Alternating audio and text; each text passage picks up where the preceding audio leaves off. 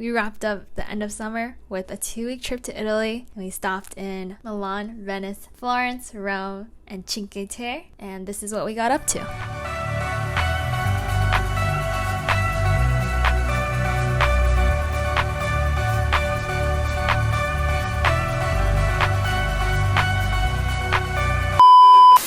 After landing in Milan, we took the train and headed into the city. From there, we grabbed some pastries and some coffee as well for some much needed fuel for our day. And the first place we headed over to was the Galleria Emanuele.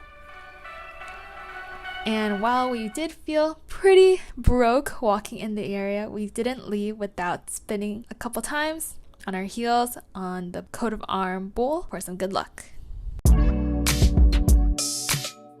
I actually found this place randomly when I was doing research on Milan. It's a cute little spot, right? It's a cute little spot here, a little shop. Yeah, it's pretty cute. Like, babe. We explored the city a little bit more, walking around the small shops and restaurants, and finally rested our feet near a canal and drank some free Aperol spritz while watching the sunset over the small town.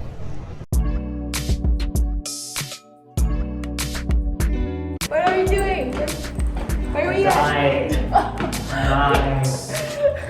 After hundreds and hundreds of stairs climbing up the cathedral, we finally made it to the top of the Duomo, where the cathedral is known for its artistic style. The roofs were absolutely gorgeous, and me being a history nerd, I absolutely loved all the intricate details of statues, of gargoyles, and of pillars. Everything was just so gorgeous. We spent probably at least 20 to 30 minutes just taking pictures and taking it all in because it was just so pretty. And because we got the first slot in the morning, there were hardly anyone there, making it the ideal time to really take in the whole view and to beat the tourist rush. Later in the afternoon, we took a 4-hour train from Milan to Venice. Because it was already pretty late in the day and we've already done a lot of exploring, we wanted to take it a little bit easier in Venice. We spent the rest of the day just walking around the city, exploring all the small streets and seeing all the small shops, canals, bakeries, restaurants, etc. Oh,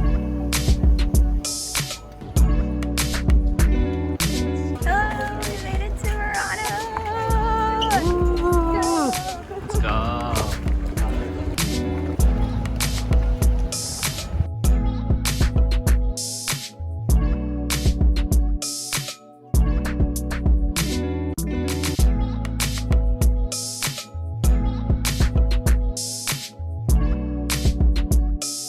After Murano, we headed to Burano, which is probably one of my favorite places to be, just because of how beautiful and colorful all the houses were. Everywhere you look, it was so picturesque. We probably spent the whole day doing our own mini photo shoot there because it was just so pretty.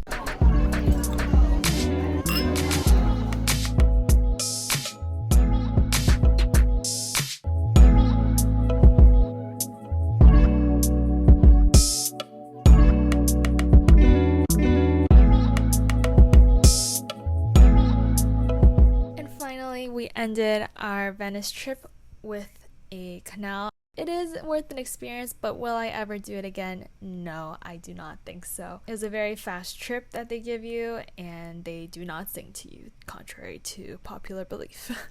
We headed to Florence in the afternoon. Because we got to Florence a little late, we made it just in time to see the sunset, and we took a bus to Piazza Michelangelo. It was just absolutely amazing to see the entirety of Florence from the piazza.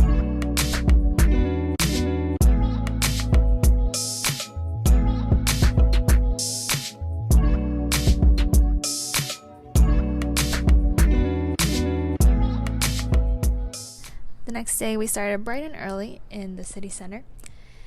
We explored so many different cathedrals, museums, etc. And Florence is such a great place to go if you are really into history, into the arts, because there are just so many things to see and admire and see where everything really started.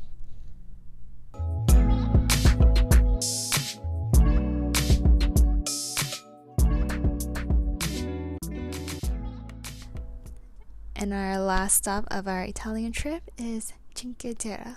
We're really glad that during our stay we didn't really have that much rain because it was supposed to rain 100% the whole weekend we were there. We were highly debating about just canceling the trip, but we decided to stick it through because neither of us has ever been there before, and so we decided to check it out. Cinque Terre stands for 5 cities. Are you a tour guide? The largest one, Monterosso. And yes, I am a tour guide, as Leslie has stated. Alright, cool. Thankfully, we were blessed with pretty good weather. It was mostly cloudy, but at least it didn't rain that much. And we even were able to go to the beach. Background voice. Hello. Hello, people. Hello, YouTube. Hello, YouTube. Today is another day. We are now at the town of... Let me try that again. We are now at the town of... Alright, Leslie is apparently not being punctual. The town of Malpensa.